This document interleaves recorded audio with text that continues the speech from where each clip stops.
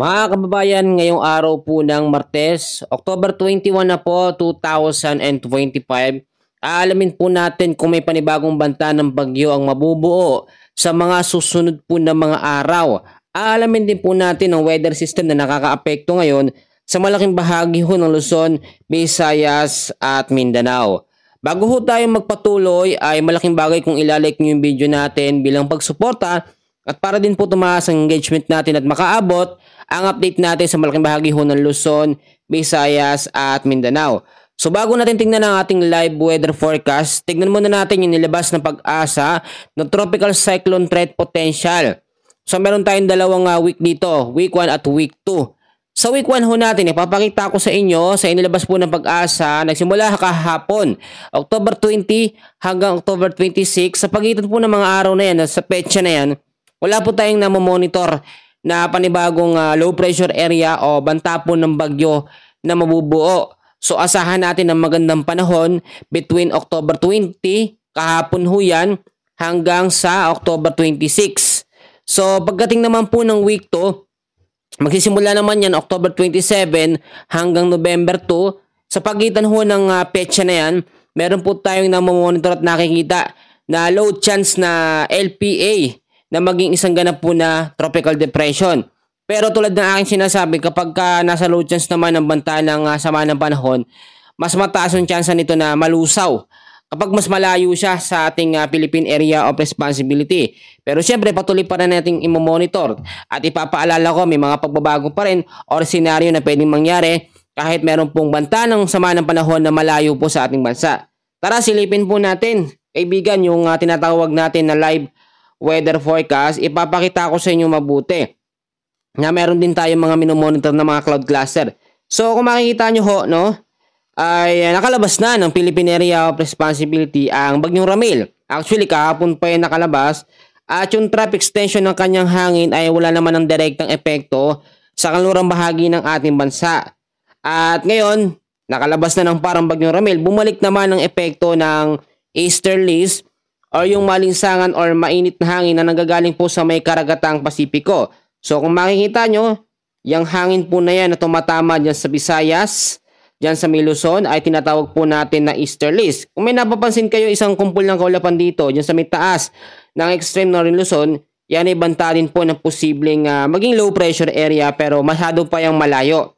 At yung sinasabi naman natin sa week 2, sa Tropical Cyclone Threat Potential, hindi pa siya actually lumalabas dito sa ating live weather radar at isa pa lamang po siyang kumpul ng kaulapan. Dahil din sa pressure ng easterlies ay napipigilan at nababawasan ng epekto ng pagkabuo po ng low pressure area dyan po sa may silangang bahagi ho ng ating bansa. So balikan naman natin, no? Balikan natin mamaya yung cloud cluster na yan or mga low pressure area na possible na mabuo. Sa tinatawag po natin na forecast weather condition, ito po yung mga lugar na apektado ng easterlies. Sa area ho ng Batanes ay patuloy po makakaranas ng cloudy skies with scattered rains and thunderstorms dahil po yan sa easterlies o yung mainit na hangin na nanggagaling po sa may karagatang Pasipiko. So kahit easterlies lang yan, kaya nitong magpabaha or magpa-landslide kapag nagkaroon ng malalakas na pag-ulan, lalo na ho sa may bandang hapon. So lilinawin natin ng easterlies ay yung mainit na hangin or malinsang hangin na nanggagaling sa karagatang Pasipiko. So ang nagiging epekto niyan madalas sa mga lugar na apektado, yung mainit na panahon, yung medyo maaraw talaga, mataas ang sikat ng araw, pero bandang hapon bumabawi naman ng easterlies.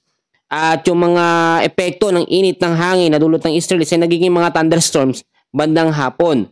So bukod sa Batanes, kasama rin po ang Bicol region, ang ilang bahagi ho ng Eastern Visayas, ang Caraga, ang Davao region, the rest po ng Cagayan Valley, ang Aurora at Quezon. Yung mga lugar ho na yan ay patuloy din na makakaranas, lalo na ho sa hapon, ng maulap na kalangitan na merong mga isolated rain showers or thunderstorms dahil pa rin sa easterlies. Mas madami pong lugar ngayon ang apektado ng easterlies ang bahagi ho ng Eastern Visayas. Ito yung hangin ho na yan kung makikita nyo. So dapat ba natin panghambahan ito? tulad ng aking sinabi noong nakaraan, bago pa man pumasok po ang Bagyong Ramil sa loob ng ating bansa o sa Philippine Area of Responsibility, nandyan na yung easterlies na yan. Sumasagad na lamang yung easterly sa kanyang pinakatodong impact ng hangin bago natin totally maramdaman yung pinaka-peak po o pinaka-sarap ng amihan, yung malamig na hangin ho yan. Kaya dapat maging alerto pa rin tayo sa mga posibilidad na pwede mangyari. Sa ilang bahagi naman po ng Mindanao, marami akong mga lugar dyan na hindi nabanggit. Yung mga lugar duho dyan sa Mindanao ay patuloy po makakaranas ng tinatawag natin ng mga localized thunderstorms. And usually, maulap na kalangitan na indudulot niyan na may mga isolated rain showers. Ang mga thunderstorms po, madalas yan tuwing hapon at minsan tumatagal yan ng 30 minutes hanggang 1 oras. At minsan yung pinakamatagal, pinaka-worst na haba umaabot po ng 2 oras. Lalo na yung mga lugar na apektado. Kaya nga po kahit sobrang mainit sa umaga, marami nagtataka kung bakit daw bumubuhos ang ulan sa hapon. At ipapaalala ko sa inyo na dahil yon sa mga localized thunderstorms. At minsan nagiging malabagyo pa yung epekto niya. Yung tipong sobrang lakas ng pag-uulan at kayang magpabaha at magpa-landslide sa mga bahayang lugar at doon sa matataas na lugar. Ang severe thunderstorms naman, yun yung pinaka-peak na posibleng maranasan po dito sa area ng Mindanao. Kaya naman, hindi pa rin natin pwedeng baliwalain kahit wala po tayong bagyo na minomonitor ngayon sa loob ng PAR. Pero meron nasa labas, no, yung dating Bagyong Ramil.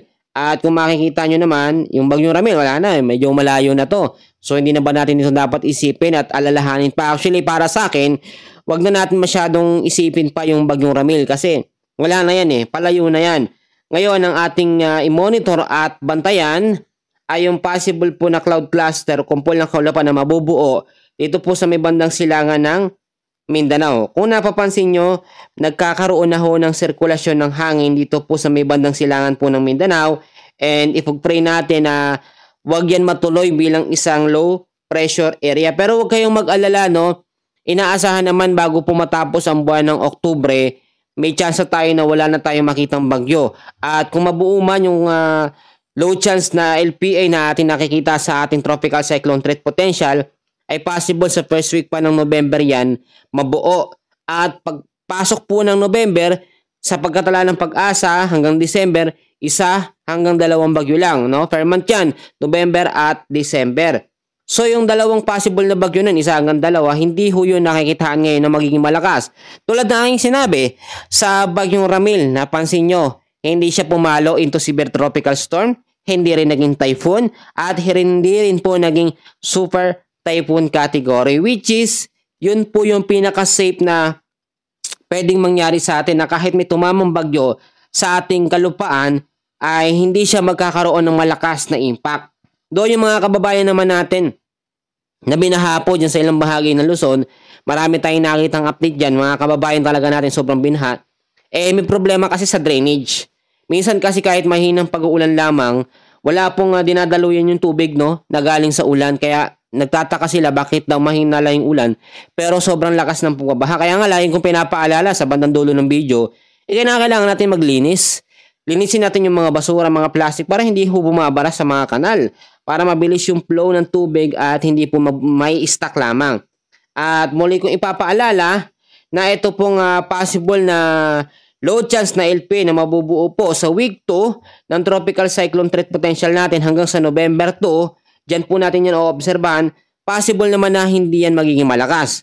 Dahil yung sinundan niya na bagyo, na Bagyong Ramil, ay nakita nyo naman, hanggang tropical storm category lamang hanggang sa lumabas ng ating Philippine landmass hanggang sa Philippine Area of Responsibility. Ito naman nakikita natin na isang kumpol ng kaulapan dyan po sa may extreme northern Luzon. Inaasahan naman na malulusaw din ito sa paglipas ng ilang mga oras o mga araw.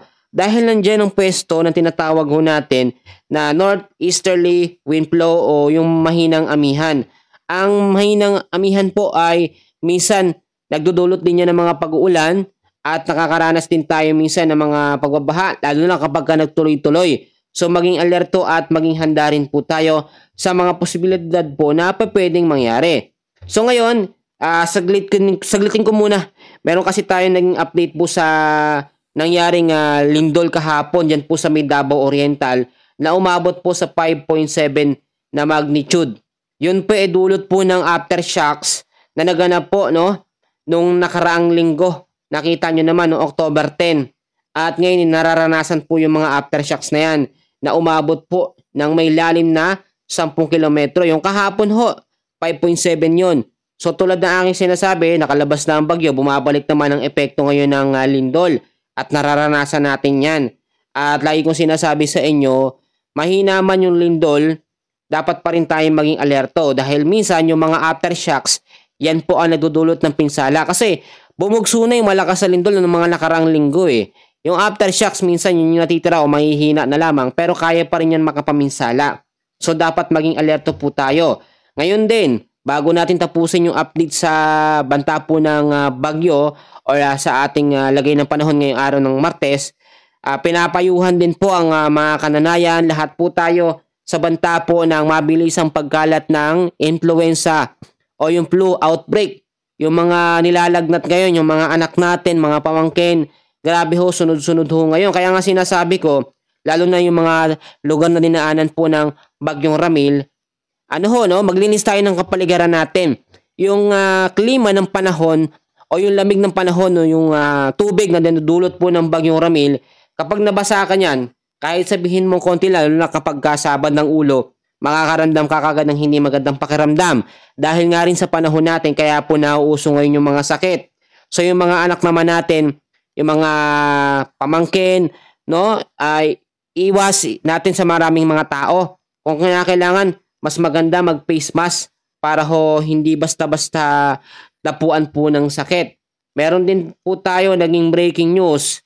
Doon po sa nangyaring pagguho po ng poste sa BGC sa Taguig City no nakaraang araw po. 3 po ang sugatan at 1 po ang nawalan ng buhay, no? Isang construction worker po ang patay habang 3 ang sugatan matapos ang gumuhong poste po sa ginagawang gusali sa BGC. Yun ho ay dulot din ng tinatawag natin na maliliit o mahihinang aftershocks. So dapat nagiging alerto tayo hindi lamang sa banta ng sakit, ng lindol, pati rin po sa bagyo. So naisingit ko lamang yan. Pasensya na ho kung naisingit ko. Eto ho, dito naman tayo sa mga paalala ko sa inyo na lagi kong sinasabi. Teka nga pala, yung kababayan natin nag-comment sa akin kahapon, hindi niya daw ako makita sa update. Tuwing alas 2 po ng madaling araw kabayan, nag-update po ako. Alam ko na miss niya ako pero kayo din naman po nami-miss ko. Kaya po talagang kahit masama ang pakiramdam ko, gumagawa po ako ng update. Unang-una, wala tayong bagyo na minomonitor sa loob ng ating Philippine Area of Responsibility. Wala rin po tayong low pressure area pero uulitin ko, ang weather system natin ay localized thunderstorms at yung easterlies. Unang-una, lagi pa rin po kayong mag-antabay sa lagay po ng ating panahon sa aking mga ibinibigay na update sa lagay po ng panahon. Napaka-importante niyan. Mainit man ang panahon or mabagyo man, maulan, kinakailangan alam po natin ang lagay ng panahon. Dahil halos araw-araw lumalabas tayo para magsundo ng mga anak, mamalengke, magtrabaho, lahat to. So, kailangan natin alamin unang-una lagay ng panahon. Pangalawa, kinakailangan po natin, uulitin ko na naman ito, magkaroon ng go bags. Importante, saan ba gagamitin yan? Yan po ay para sa banta rin ng mga bagyo, banta ng lindol, banta ng mga sakit. Lahat po yan ay kakailanganin natin. Ang nilalaman ng go bags ay yung medical kit, flashlight, kahit konting pagkain, tubig. Importante ho yan para hindi na tayo labas na labas at meron tayong mga panlaban. Lagyan nyo din ng face mask kung kinakailangan. Importante ho yan. Yung pangatlo ko naman paalala, yung mga nakatira ho, malapit ho sa paanan ng bundok, malapit sa mga baybayin, malapit sa mga ilog. Sa ngayon, medyo safe na ang pagpalaot, lalo na ho sa malaking bahagi ng Luzon, Visayas at Mindanao.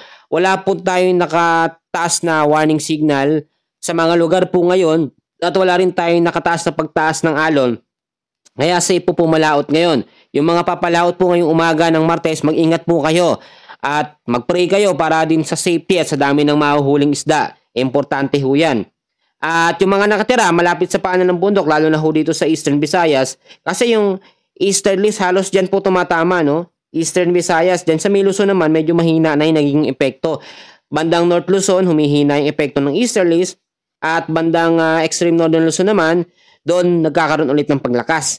So, hindi pa rin tayo ligtas sa banta ng mga pag-ulan, lalo na bandang hapon dahil sa easterlies at mga localized thunderstorms. Ito pa mga kaibigan, isang paalala ko pa, kailangan po nating i-safety ang ating mga importanteng gamit, yung mga dokumento, mga papeles, no? Kailangan ho natin yan lagi naka-plastic, yung isang dalahan na lamang. Yung mga appliances naman, minsan, tanggalin nyo yung mga naka-plug. Kasi kapag ka umulan o nagkaroon ng pagbabaha, delikado kapag ka nabasa yung mga plug na yan, no? Yung mga saksakan. Possible tayong makuryente kung hindi po tayo mag-iingat. At like ko din sinasabi, ito, importante, please, tapusin yung video. Maglinis ho tayo ng ating kapaligiran. Lalo na ho sa malaking bahagi ng Luzon, no, po, inuulit-ulit ko talaga. Hindi ko alam, no, sa libo-libong nanonood sa update ko, hindi ko alam kung sino yung tumutupad or sumusunod po sa mga paalala ko. Maglinis tayo, no? Ugaliin natin yan, tayong mga Pinoy, malinis tayo. At yung mga basura i-segregate para hindi po nagkakaroon ng mga pagbabaha, hindi bumabara sa kanal. Alam nyo, nagkaroon ng update dyan sa may Pasig City, sobrang dami po ng basura, no? Sobrang dami ng basura, kaya yung tubig na stock talagang grabe bumabaho na dahil sa dami ng basura. Crowded na kasi sa Pasig, no? Kaya kinakailangan araw-araw po naglilinis. Kung kinakailangan magkaroon ng pagmulta sa pagtapon ng basura, gawin agad eh. Ipatupad agad eh. Minsan kasi nagtatapon ng basura, pag nakita, wala naman.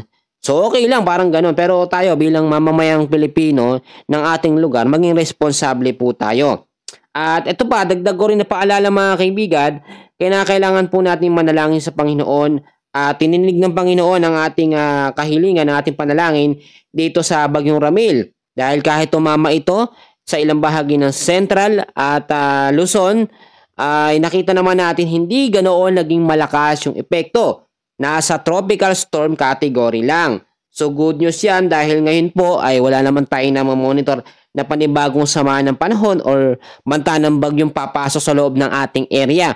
So may chance ang maglaba? Yes, meron ho. Kahit maghapon kayo maglaba, no? Pero siyempre sa umaga na, no, para matuyo, mainitan. At pagdating ng hapon, diyan medyo mag-double check kayo ng panahon, no? At minsan nag-update po ako sa hapon kapag may mga emergency update tayo sa lagay ng panahon at merong mga heavy rainfall warning. Kasi bandang hapon po talaga ang pag-ulan. Lalo na ho sa bandang alas 3 ng hapon hanggang alas 6. Diyan yung peak minsan ng mga localized thunderstorms at yung nagiging epekto ng easterlies or mainit na hangin na nanggagaling sa karagatang Pasipiko. Ang easterlies po kasi minsan, late po yung nagiging epekto niyan. Mainit sa umaga, napapansin naman natin, maalinsangan pa kung sobra. At bandang hapon, doon po yan nagkakaroon ng mga pag-uulan. So para din sa safety ng bawat isa, kailangan din alam natin yung mga lugar na apektado ng easterlies. Mga kaibigan, mabilisan lamang yung update natin sa ngayon dahil wala naman tayong minomonitor na bagyo. Pero bago ko tapusin, gusto ko din muna mag-share sa inyo ng isang Bible verse na babaunin natin ngayong araw. Yung nagsabi ho sa akin na dapat ilagay ko daw sa unahan ng Bible verse, no? Yes po, gagawin ko po yan. Bumibelo lamang ho ako. Dahil ho kasi nakapokus tayo sa weather update, yung Bible verse ko po kasi is dagdag ko sa channel ko yon. Sana ho maunawaan nyo. Gusto ko rin kasi malaman yung mga solid na supporters ko, subscriber ko, kung tinatapos pa yung video para nalalaman ko naman kung nakakaabot sila hanggang sa dulo. So eto na po, narito na po ang ating Bible verse of the day. Sa John chapter 3 verse 16, mga kapatid, narito po ang sinasabi. Sapagkat gayon na lamang ang pag-ibig ng Diyos sa sangkatauhan, kaya't ibinigay niya ang kanyang kaisa-isang anak, upang ang sinumang sumampalataya sa kanya ay hindi mapahamak kundi magkaroon ng buhay na walang hanggan. So amen po sa pagkabasa sa salita ng ating Panginoon. Napakalino naman po, no?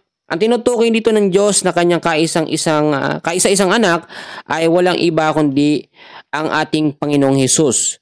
So hindi naman lingid sa inyong kaalaman na si Jesus ay namatay, no, at ipinako sa krus ng Kalbaryo at yun po yung naging dahilan kaya po tayo ay naligtas at nakawala ho sa ating mga kasalanan. Pero marami nagsasabi, bakit daw, no? Kung nakawala sa kasalanan, bakit daw marami pa rin mga taong masasama at gumagawa ng hindi magandang bagay? Alam nyo ho kasi kinakailangan pa na tanggapin nila ng buong puso nila na si Kristo ay namatay sa krus at iniligtas ang ating buhay, no? Siya ay naging tinatawag natin na mediator sa Diyos Ama, kundi sa kanyang pamamagitan o sa pamamagitan niya tayo ay mapupunta sa langit. Kaya nga po, marami tayong nakikita at sinasabi, ayon na rin sa Biblia, na walang ibang daan kundi ang Panginoong Hesus tungo sa Ama, tungo sa buhay na walang hanggan.